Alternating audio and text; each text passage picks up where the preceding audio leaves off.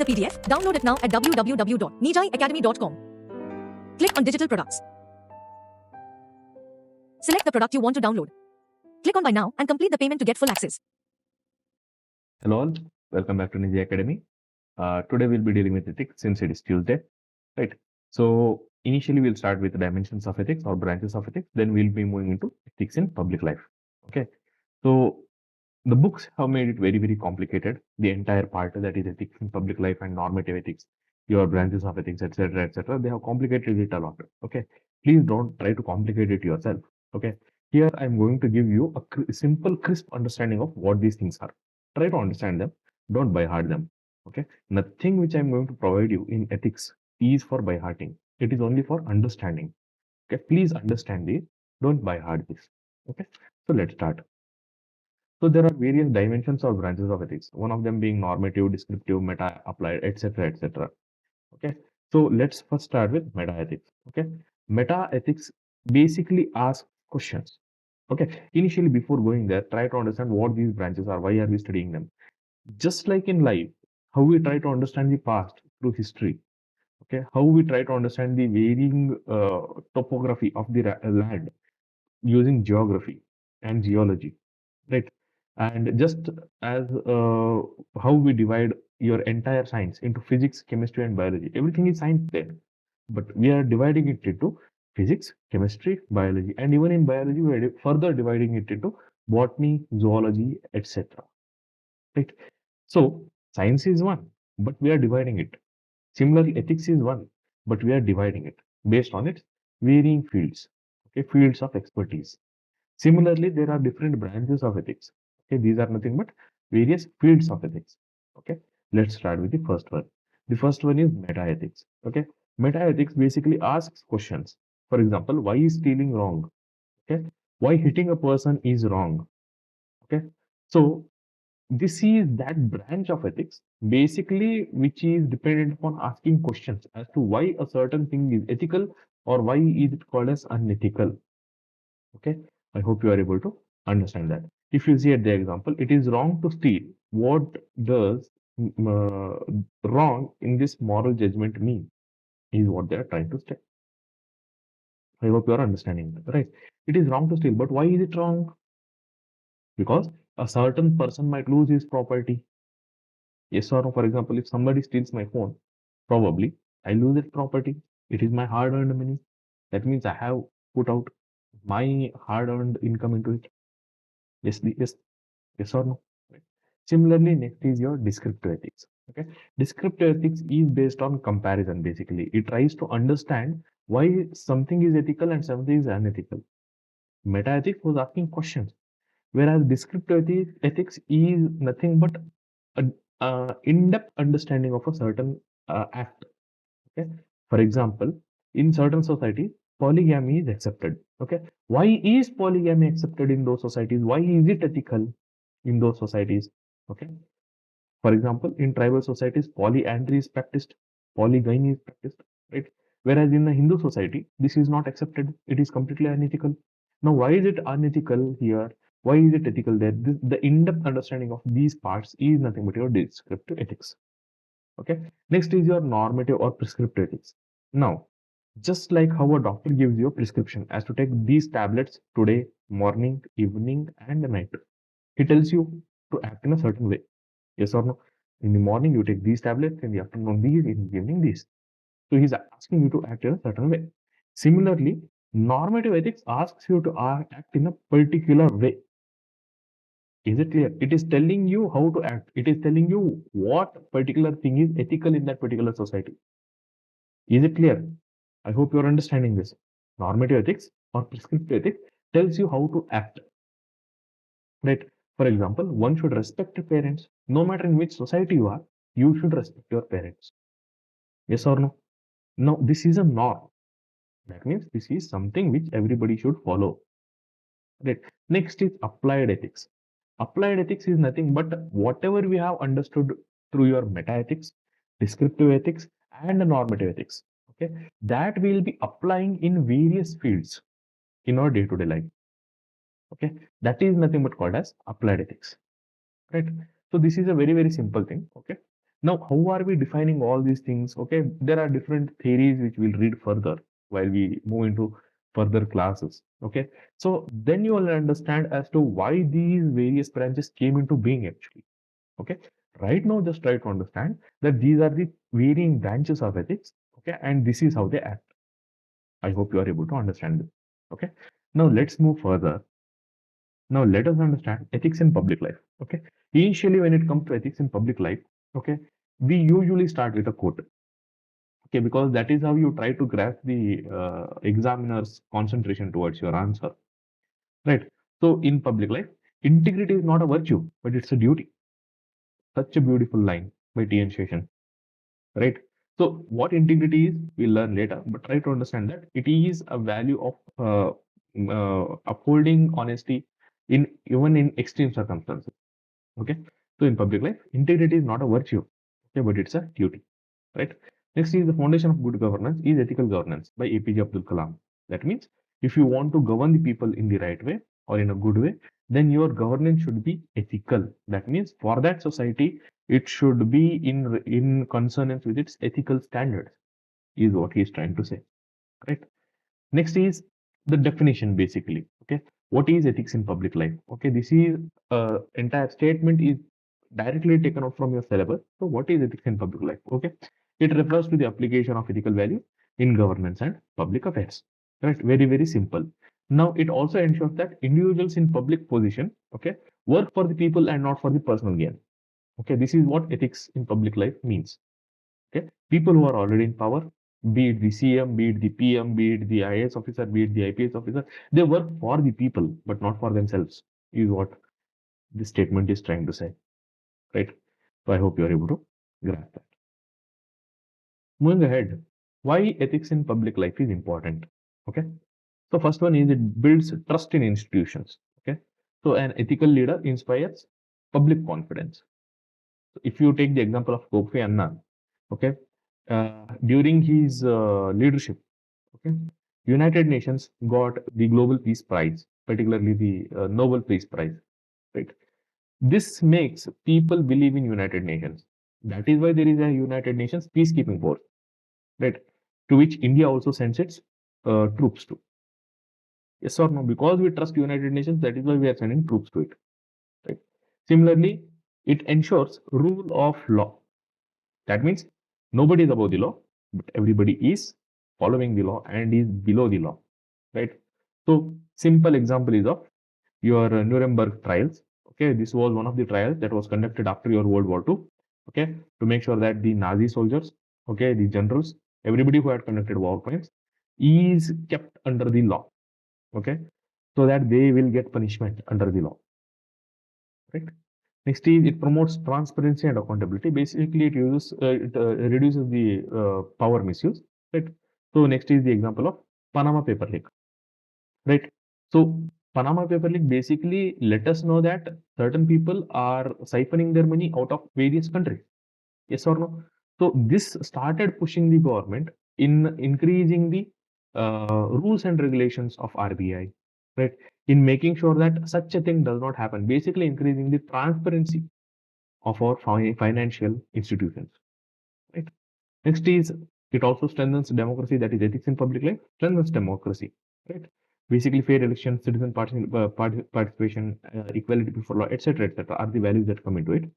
Now, election commission's VVPAT system, yes or no? Earlier, when we used to press on the your electronic voting machine, right? We didn't get any slip that we voted for a particular party. But right now, there is VVPAT. When we press on it, it tells us as to we voted for a particular party, showing us that a particular print is printed on a slip and it cuts down and falls into that particular box. Yes or no? So it increases the transparency and trust people have in the government, people have in the election commission, right? Recently, it is eroding, but they are trying their best. Next is the civil rights movement. Yes or no? It ensured that racial equality is also maintained in a democratic participation, particularly in USA. Right? Next is it improves governance. For example, we take the example of MS Swaminathan for a green revolution. Right? It ensured ethical use of science for your food security. Basically, we started using high yield variety seeds. Yes or no? We started with using fertilizers, pesticides, etc., trying to increase the yield of our particular country. Yes or no? So it improves governance. Same goes to your Brundtland, right? He brought in the Brundtland report, right? Uh, introducing sustainable development to the world, right? Basically, whatever we are studying today as sustainable development goals, okay, they came from Brundtland Commission, right? He came up with those, right? So it is very, very important to have ethics in your public life, right? Next is these are key principles in public life. Basically, the people should follow them, okay? That means these are those set of rules and regulations. Okay, these are those values. Okay, every public official should follow. Okay, these are set out by a committee in United Kingdom called as the Nolan Committee. Okay, let's go through them one by one. Okay, first is selflessness. Okay, Verghese Kurian. Okay, he started the White Revolution, basically establishing one of the most important industries in India at that point of time, called as the Amul. Right now, we call it as Amul. Yes or no? So it started improving farmers' income as well as improved the food security of the country. Okay, he did not work for himself, but for the country. Yes or no? So that is selfless. Next is integrity. Okay, integrity means basically not getting influenced by anything, upholding honesty, even in extreme circumstances. Yes or no? The example here is of Justice H.R. Khanna, who held Article 21, right? That is right to life, even under emergency conditions. Okay, when the government had taken control of everything, okay, there was the Supreme Court of India protecting the people of India, right? So upholding integrity. Next is objectivity. Okay, basically everything should be met with fairness, is what it tries to say. For example, here we are talking about your International Court of Justice, right? It tries to what we can say, give its decision based on legal principles and not on national basis. Yes or no? Next is accountability. Okay, accountability means being responsible for something, right? Here the example is of Right to Education Act. It brings out reports, okay, as to how many people are getting inducted into schools. This lets us know. Lets us know that how the government is acting towards education, right? Similarly, there are ASER reports. Yes or no? So there are various such reports that we read in UPSC prelims, right? Even for mains. So these let us know that a particular organization is accountable, right? Even the government is accountable. I hope you're getting this. Next is transparency. Basically, accessible governance, right? Everything is open to the citizen. A simple example is of the Mysore Municipal Corporation, okay, or the city corporation, which has allowed people to pay property taxes online, okay, making sure that there is no middleman at all, utmost transparency, right? So these are examples. Similarly, there are two more things. One is honesty, okay, that means truthfulness. Here, the example is of Vinoba Bhave's movement, right? He made sure that people donated their land, okay, based on moral persuasion and truth, and not from sheer force. Nobody forced them to donate their land, but just truth and moral persuasion. These were the only things that were acting. Next is leadership. Be the change you want to see in the world, is what Gandhi said. Okay. And Sardar Vallabhbhai Patel followed that. Right. Sardar Vallabhbhai Patel's leadership in uniting various states of India. Okay. It cannot be matched with anything. Yes or no? So he worked tirelessly for the integration of India, making sure that Jammu and Kashmir, Hyderabad, Junagadh, etc., became a part of India rather than being separate units, right? So this is what leadership means, okay? Acting from the front, right? So these were some of the examples associated with various values given by the Nolan Committee, okay? Or the values that are very, very important in public life, right? Now, what are the challenges to ethics in public life? There are various challenges, one of them being corruption and nepotism. right? That means undue favoritism to certain set of people, okay, bribery, etc., etc. One of the examples is of Commonwealth scam, right, where lot of funds was misappropriated, right, and there was also nepotism in awarding contracts during this particular event, right. Next is criminalization of politics, basically criminals getting into the political sphere. So the ADR report of 2024 tells us that 40% of the legislators, okay, they have a criminal case on them, and that too serious ones. Okay. Next is misuse of social media and fake news. This has been going on a lot right now. So WhatsApp lynching incidents, right? Child abduction videos, okay, which are not real and are almost fake. Okay. So these videos are getting circulated through WhatsApp, okay, through Instagram, through Telegram, right? Where there is no one to properly verify them. No organization is properly verifying them. So there is an increase in such fake news. Along with that, there is Cambridge Analytica scam. Okay, basically this data leakage, okay, completely manipulated the elections in USA, right? So such things are happening a lot, and this can challenge the ethics in public life. Next is conflict of interest, right? Personal gain versus public duty. Simple example is of mining scam in Karnataka associated with the Reddy brothers, where they didn't work for the people and work for themselves, accumulating wealth, right? Next is declining trust in public institutions, right? So there is an increasing perception that the institutions are serving only the elite or the people only who are in power and not the common citizens. Okay, a very recent example, I don't want to quote it, but here we have some other examples. One of them is farmers protest, right? Farmers started protesting because they did not have trust in public institution. That public institution is nothing but the government. They felt that the government is deceiving them, so they started protesting. Similarly, there is US Capitol riots, where after the formation of a new government, people started storming the capital, okay, Washington DC, because they did not trust that elected government. One of the largest democracies in the world is not trusting its government. Funny, but it's true, right? So these are some of the challenges. Okay, you can write more challenges in your answers, but we are covering only so many in this particular section, right? Next is there is an ethical framework for public life. Okay, on the left side, I have given the various actors. Okay, that is the various set of people, and on the right, I have given the ethical principles or the framework along with which they are supposed to act. Okay, if they act in that particular way, they will be ethical in the public life. Okay, I'm going to read only few of them. Okay, for example, for ministers of union and state, okay, they are supposed to disclose their assets. Okay, they are supposed to follow oath of office and secrecy. Similarly, as I told you, I'm only going to read some. You can pause the video, you can go through it entirely. Similarly, next comes for civil servants, particularly people in bureaucracy. There should be neutrality, integrity, and constitutional allegiance. Right? They should not be serving their overlords. Okay, but they should serve the Constitution of India. Right? Merit-based administration should be followed. Right?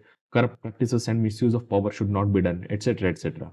Right? Similarly, for judiciary, recusal in the case of conflict of interest cases. Right? Next, decision must speak for themselves. Right? So these are some of the values.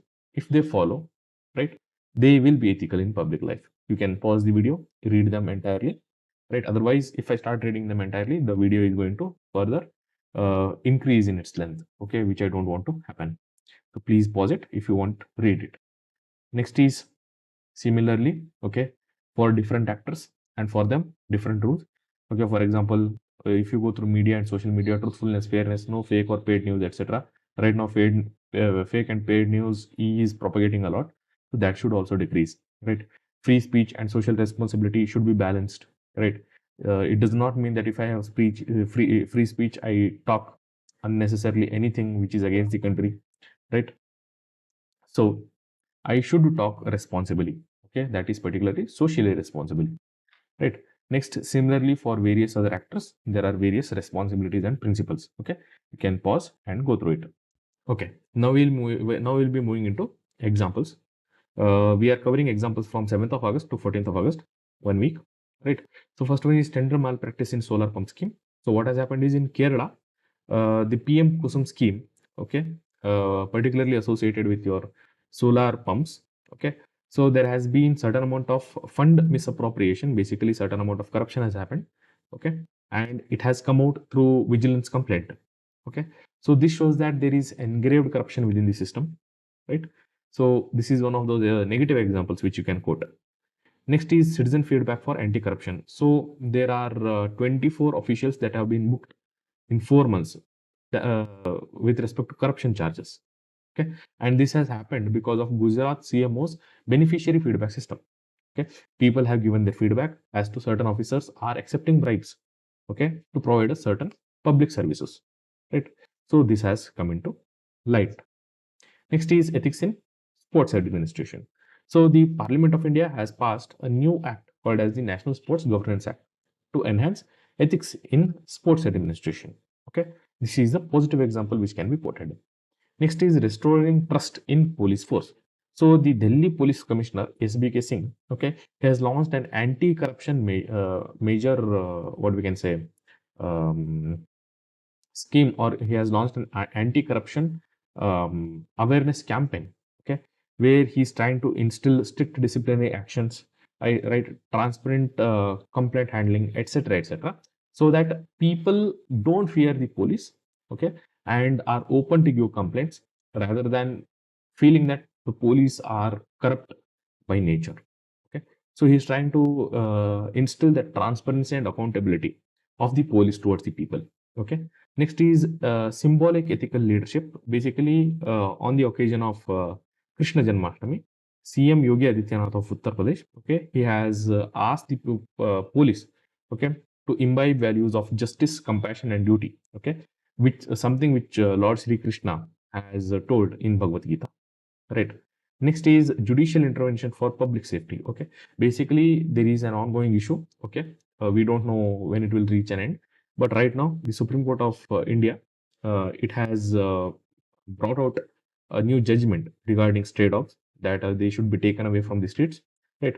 So basically, looking at the bright side of the issue, okay, it has ordered relocation of the stray dogs from Delhi NCR shelters to reduce rabies risk.